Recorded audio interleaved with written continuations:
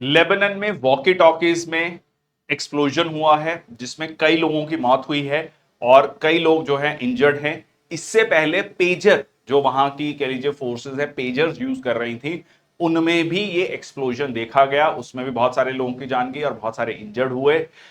इसको लेकर यह कहा जा रहा है कि मिडल ईस्ट में या जिसको हम इंडिया में वेस्ट एशिया कहते हैं उसमें एक फुल स्केल वॉर शुरू हो सकता है। क्या ये एक टिपिंग पॉइंट हो सकता है जिसमें कि Iran, Lebanon, Hamas, Hezbollah, Houthi rebels ये सब मिलकर जो है ईरान सॉरी इसराइल पर जो है एक कोऑर्डिनेटेड अटैक करे। जय हिंद, वंदे मातरम। मेरा नाम संदीप बंसल, मैं आपका स्वागत करता हूं टीम निष्ठा पर। आज के सेशन में इस सारी चीजों के बारे में हम डिटेल में चर्चा करने वाले हैं क्योंकि ये अपने आप में एक नए तरीके का वॉरफेयर जो है इसराइल ने शुरू किया है। दो इसराइल ने इसकी जिम्मेदारी नहीं ली है, ना उन्होंने हाँ कहा है ना कहा है, बट सीधा सीधा कह लीजिए जो प्राइमा फेसाई जो एविडेंस है या एक उन्हीं पर यह चीज कहा जा रहा है कि उन्होंने ही ये सारी चीजें प्लांट की हैं। और लेबनान ने या कह लीजिए हिजबुल्ला ने यहां पर यह कहा है कि इसका भुगतान जो है इसराइल को करना पड़ेगा। चलिए थोड़ा देख लेते हैं इसकी टाइमलाइन के बारे में। तो सबसे पहले वॉकी टॉकीज जो normally forces walkie talkie use करते हैं उनमें जो है एक्सप्लोजन देखा गया, 20 लोगों की डेथ हुई। अब ये नंबर और बढ़ चुका है, ये लगातार जैसे जैसे इंफॉर्मेशन आ रही है ये नंबर आपका अपडेट होता जा रहा है। Walkie talkies used by Hezbollah exploded in Beirut जो कि वहां की कैपिटल है। 450 प्लस इंजर्ड, ठीक है जी। अभी तक जो टोटल इंजर्ड है टोटल 32 लोगों की जान जा चुकी है, मतलब जो उससे पहले अटैक था पेजर अटैक, और लगभग 3,000 से ज्यादा लोग इंजर्ड हैं, ठीक है, 3,000 से ज्यादा लोग इंजर्ड हैं। और इसके अलावा एक एक्सप्लोजन जो है जहां पर फ्यूनरल हो रहा था वहां पर भी ये चीज हुई। और एक दिन पहले लाइक ट्यूसडे को, ये वीडियो हम रिकॉर्ड कर रहे हैं थर्सडे को, और ट्यूसडे को एक एक्सप्लोजन आपका होता है पेजर में, जो पेजर यूज किए गए। अब आपके दिमाग में एक सवाल आ सकता है कि पेजर क्यों यूज कर रहे थे हिजबुल्लाह वाले? क्या मतलब उनके पास मोबाइल फोन्स नहीं है, आज के जमाने की तरह स्मार्टफोन्स नहीं है? एग्जैक्टली स्मार्टफोन्स में कहीं ना कहीं उनको डर था कि जो इसराइल है वो स्पाइंग ना करे, ठीक है। स्पाइंग से बचने के लिए, अपनी खुफिया जानकारी को बचाने के लिए उन्होंने कहा कि हम जो ट्रेडिशनल मोड ऑफ कम्युनिकेशन है उसको यूज करेंगे। तो यहां पर उन्होंने पेजर्स का ऑर्डर दिया, ठीक है जी। तो यहां पर thousands of pagers used by Hezbollah exploded across Lebanon, जहां पर लगभग 12 लोगों की डेथ हुई, ठीक है, और बहुत सारे इंजर्ड हुए। 2800 people injured in the pager explosion. तो अभी तक मोर देन 3300 जो लोग हैं ओवरऑल सारे अटैक्स में जो है इंजर्ड हो चुके हैं। अब इसकी थोड़ी सी टाइमलाइन के बारे में समझें कि क्यों हो रहा है, मतलब इसराइल ऐसा क्यों कर रहा है। जो इसराइल पर आरोप है कि इसराइल ने ये अटैक करवाए हैं, तो इसराइल क्यों करा, मतलब ऐसा कर रहा है। जो जिनको ये जियोपॉलिटिकल सिनेरियो नहीं पता उनके लिए ब्रीफली देखिए, 7 अक्टूबर 2023 को हमास अटैक करता है इजरायली टाउन्स पर। अब ये पैलेस्तीन और इसराइल का इशू अपने आप में पूरा डिटेल्ड इशू है, मैं अभी उसमें नहीं जा रहा हूं, अभी मैं सिर्फ रीसेंट इशू की बात कर रहा हूं। तो यहां पर जो है इसराइल पर अटैक करता है गाजा पट्टी में हमास। हमास को अब कुछ कंट्रीज मिलिटेंट ऑर्गेनाइजेशन के रूप में देखते हैं, कुछ जो है उसको टेररिस्ट ऑर्गेनाइजेशन के रूप में देखते हैं, कुछ जो कंट्रीज हैं उनको इवन फ्रीडम फाइटर्स के रूप में भी देखते हैं। सो इसराइल पर उन्होंने अटैक किया, ठीक है, और एक वहां पर बहुत सारे लोगों को बंदी बनाया गया, बहुत सारे लोगों को मारा गया। अब यहां पर उसके बाद इसराइल ने फुल स्केल वॉर शुरू करी है। अब यहां पर जो ईरान कंट्री है, ईरान का भी बहुत बड़ा रोल है, क्योंकि ईरान सीधा सीधा ये कहता है कि उनकी फॉरेन पॉलिसी का एक बहुत इंपॉर्टेंट पॉइंट है कि हम इसराइल को खत्म कर देंगे, तो मतलब बिल्कुल साफ शब्दों में, ठीक है, कोई उसमें कहते ना कोई शुगर कोटिंग नहीं है, सीधा सीधा कि हम इसराइल को नहीं मानते और इसराइल को हम खत्म कर देंगे। अब ईरान जो है कुछ ग्रुप्स को सपोर्ट करता है, लॉजिस्टिकली सपोर्ट करता है, पैसे से सपोर्ट करता है, हथियार से सपोर्ट करता है, ठीक है। इसमें है आपका हिजबुल्लाह जो कि एक्टिव है लेबनान में, हमास जो कि गाजा पट्टी में, जो कि पैलेस्तीन का पार्ट है, उसको सपोर्ट करता है, और उसके अलावा आपका हूती रेबल्स, ठीक है, हूती रेबल्स यमन में भी एक अलग कहानी चल रही है। यमन में एक तरफ सऊदी अरेबिया है, शिया और सुन्नी का वहां पर कह लीजिए चक्कर है। अभी के लिए उस कंफ्लिक्ट में नहीं जाते, यमन वाले कंफ्लिक्ट में। तो इसराइल पर जब अटैक किया हमास ने, तो यहां पर लेबनान ने भी उनको सपोर्ट दिया, किसको, हमास को सपोर्ट दिया। तो लेबनान जो कि इजराइल के नॉर्थ में है, उन्होंने भी यहां पर अटैक करना शुरू कर दिया।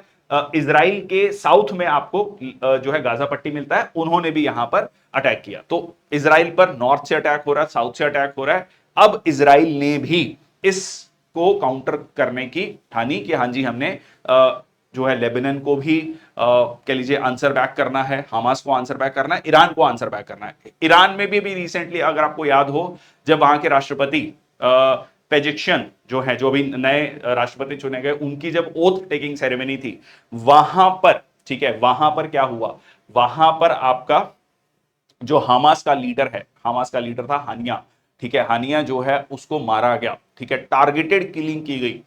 तो जिसको लेकर ईरान जो है बहुत सत्ते में था। लिटरली ये भी कहा जाता है कि उस समय पर बिल्कुल ये था कि अब जो है फुल स्केल वॉर शुरू हो जाएगी।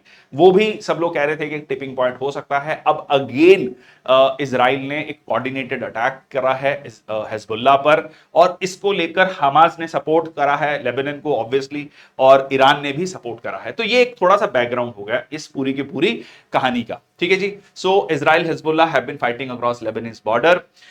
Israel wants the war centre of gravity is moving north. अब इजराइल का यह भी कहना है कि लेबनान, क्योंकि कहीं ना कहीं उनका यह मानना है कि हमास को हमने काफी हद तक न्यूट्रलाइज कर दिया है, नॉर्थ में जो है लेबनान काफी हम पे अटैक कर रहा है।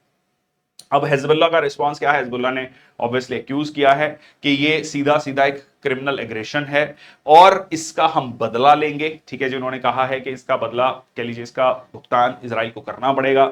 Retaliation, Hezbollah attacked Israeli artillery positions with rockets. अब ये कहा गया कि उस पे जो इजराइल पे जो है रॉकेट से हमला किया गया है, पर इजराइल की भी स्टेटमेंट आ गई है कि किसी भी तरीके का हमें जान माल का नुकसान नहीं हुआ है। जो रॉकेट अटैक्स हुए हैं उससे कुछ खास हमें मतलब कुछ नुकसान नहीं हुआ है, ठीक है। तो सीधा सीधा वो एक कोशिश थी शायद लेबनान की कि एक रिटेलिटरी अटैक करना, क्योंकि प्रेशर बिल्ड हो रहा है कि आप पे इतना इस तरीके का कोऑर्डिनेटेड अटैक हुआ। नेक्स्ट आता है कि इजरायली इन्वॉल्वमेंट इसमें कैसे है। अब ये कहा जा रहा है कि इजराइल के जो स्पाइज हैं, खुफिया कह लीजिए जैसे मोसाद है, उनका ग्रुप है, रिपोर्टेडली प्लांटेड एक्सप्लोजिव इन हिजबुल्लाह पेजर ऑर्डर। अब हिजबुल्लाह ने, क्योंकि वो मोबाइल फोन यूज नहीं करना चाहते, उनको लग रहा था कि इजराइल जो है हमारी इंफॉर्मेशन उनको मिल सकती है, क्योंकि इंफॉर्मेशन सिक्योर नहीं है स्मार्टफोन्स के थ्रू, तो हम पेजर का यूज करेंगे। तो उन्होंने पेजर का ऑर्डर किया। अब ये कहानी चल रही है कि पेजर का ऑर्डर कहां से किया, तो के जी ताइवान की कंपनी थी, कहां कहां से है। अब उनका ये कहना है कि हमने ऐसा कुछ भी प्लांट नहीं किया है, कहीं रास्ते में ये सारी चीजें जो है इतनी कह लीजिए बारीकी से, इतनी सफाई से इजराइल ने इसको प्लान किया, अगेन अलेज्ड प्लान किया। अभी तक इजराइल ने इसकी जिम्मेदारी नहीं ली है, बट कंप्लीट मीडिया का यही, सब लोगों का यही मानना है, एक्सपर्ट्स का, कि ये सारी चीजें इजराइल ही कर रहा है। और इजराइल की जो खुफिया एजेंसी है उन्होंने इसको इस तरीके से प्लान किया कि जो ये जितने भी कह लीजिए वॉकी टॉकीज थे और पेजर्स थे, उनमें explosive, small amount of explosive, 2 to 3 ounces of explosive जो है ऐड किया गया, और उसका कंट्रोल जो है उन्होंने अपने पास रखा, ताकि जब वो चाहें उसको डेटोनेट कर सके, उसको उड़ा सकें।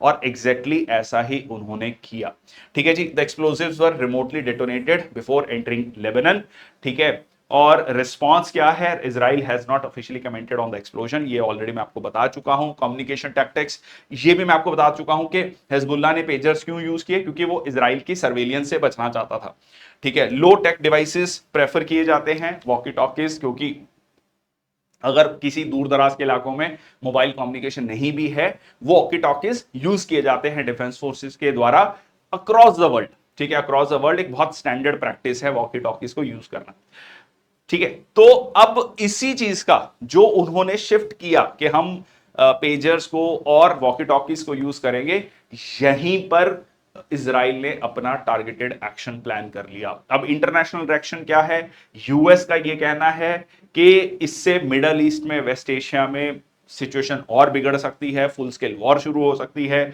उसके बाद यूएन के जो चीफ है एंटोनियो गुटेरेस, उनका भी ये कहना है कि ये रिस्क ऑफ ड्रामेटिक एस्केलेशन, इससे एस्केलेशन बढ़ेगा, ये वॉर कम करने के संकेत नहीं है किसी भी तरीके से, ठीक है। और इसके अलावा जो है यूनाइटेड नेशन सिक्योरिटी काउंसिल ने एक मीटिंग रखी है इन पेजर ब्लास्ट को डिस्कस करने के लिए, ठीक है जी। तो यूएस की वार्निंग आई है कि कॉशन रखना चाहिए सारी पार्टीज को यहां पर, और यूनाइटेड नेशन सिक्योरिटी काउंसिल के स्पोक्स पर्सन ने भी सिचुएशन को एड्रेस किया। यूएस का बिलीफ है, यूएस कह रहा है, अब देखो वैसे यूएस कह रहा है बट कहीं ना कहीं वो सीधा सीधा इसराइल को सपोर्ट करता है कि military additional military operations want solve the crisis. अब इसमें दो तरीके के व्यू पॉइंट आ रहे हैं। एक तरफ ये आ रहा है कि यूएस नाराज है इसराइल से कि इस तरीके के कोऑर्डिनेटेड अटैक्स कर रहा है वो लगातार, मतलब वो सिचुएशन को डी एस्केलेट करने के बजाय एस्केलेट करता जा रहा है। कुछ लोगों का या कुछ एक्सपर्ट्स का ये भी कहना है कि ये सारी प्लानिंग यूएस ही कर रहा है, या मतलब इस प्लानिंग का यूएस को पता है और कहीं ना कहीं वो टेसिट तरीके से, इनडायरेक्ट तरीके से इजराइल को सपोर्ट कर रहा है, ठीक है जी। तो दोनों कह लीजिए एक व्यू पॉइंट यहां पर चल रहे हैं। यूएन चीफ का कंसर्न क्या है ये मैंने आपको बता दिया। उन्होंने कहा है urged everything must be done to avoid escalation, हर कोशिश होनी चाहिए कि लड़ाई और ना बढ़े। ग्लोबल इंप्लीकेशंस क्या है, हाईलाइटेड द पोटेंशियल, ऑब्वियसली अगर ये रीजनल कॉन्फ्लिक्ट बढ़ता है तो कुछ लोगों का कहना है कि ये सीधा सीधा वर्ल्ड वॉर 3 का भी एक शुरुआत हो सकता है। मतलब ये अगर कंटिन्यूड रहा और ये और एस्केलेट किया, रशिया यूक्रेन वॉर भी ऑलरेडी चल रहा है, तो ये बढ़ते बढ़ते जो है कि अगर इसमें रशिया चाइना भी आता है, यूएस भी आता है, तो अपने आप में वो कह लीजिए फुल स्केल वर्ल्ड वॉर 3 का शेप ले सकता है, ठीक है। खैर ये इसके बारे में काफी समय से बात चल रही है कि ऐसा हो सकता है, but the idea here is कि जिस तरीके से ये अटैक प्लान किया गया है, it was a very surprise attack, किसी ने ये नहीं अभी तक सोचा था।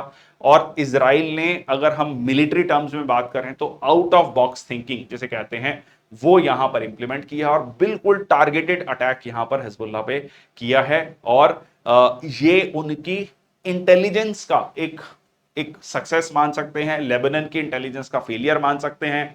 और ओवरऑल अगर हम रीजनल सिक्योरिटी की बात करें तो ये रीजनल सिक्योरिटी के लिए, वेस्ट एशिया की सिक्योरिटी के लिए ऑब्वियसली बहुत अच्छा संकेत नहीं है। आपका इसके बारे में क्या कहना है प्लीज कमेंट सेक्शन बॉक्स में जरूर लिखिएगा। बहुत बहुत धन्यवाद, थैंक यू सो मच, जय हिंद, वंदे मातरम।